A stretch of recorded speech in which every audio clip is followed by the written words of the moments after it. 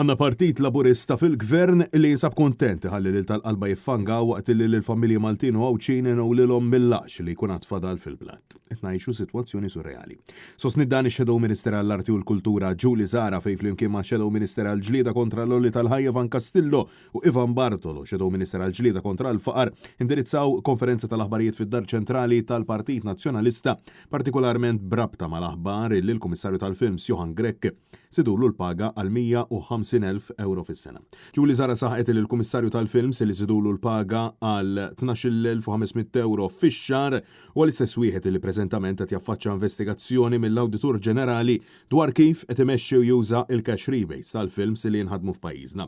Filwaqt li insistiet il-Partit Nazzjonalista qatt ma maqdar l-ekonomija bbażata fuq iċ-ċinematografija barranija hija stqarret illi hi kontra l-abbuż mit-taxxi tal-poplu fost oħrajn il-pakkett finanzjarju ta' 600,000 euro f'4 snin propju għal Johan Grek. Il-Gvern kuntent illi iħalli n-nies qrib tiegħu illi jkomplu jitħanżru fl-eluf, pagi, direct orders, tenders u ħafna oħrajn u f'dan il-każ naraw anke l-Kummissarju tal-Films illi jkompli jiddetta jaqla paga ta' 150,000 euro fis-sena mentri inti li qed tismana, inti li ċittadin li inti biżel li qed taħdem, qed tistinka jekk għandek familja u inti jagħtik il-ftit frak li jkun fadal hemmhekk.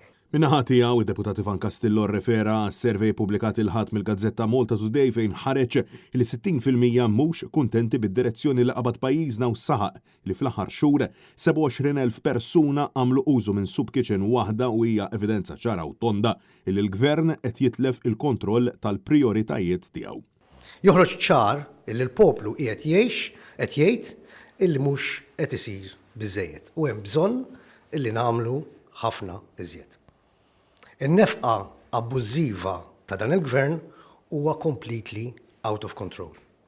U hemm bżonn illi nindirizzaw il-prijoritajiet, però dal-Gvern sfortunatament għalih il-prijoritajiet huma kompletament żiena.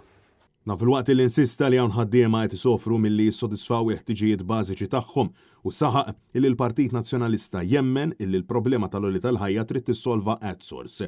Intant id-Deputat Ivan Bartolo spjega illi r-realtà li qed ngħixu fiha hija kuntrast ta' xenarju li qed joħloq forma ġdida ta' miżerja quddiem iż-żgħir u l-vulnerabbli.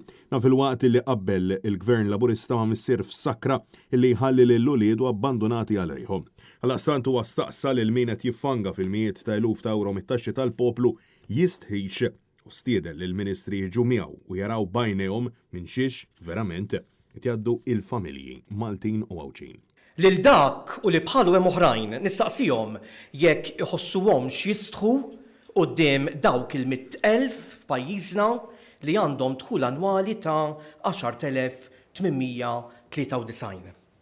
Intom se tibqgħu magħrufa bħala parti minn gvern li ffangajtu bi flusna mal-ħbib ta' ħbib biss.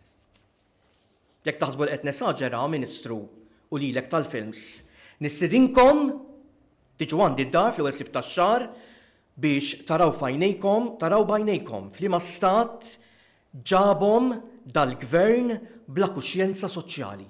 Francesco Catania, Net News.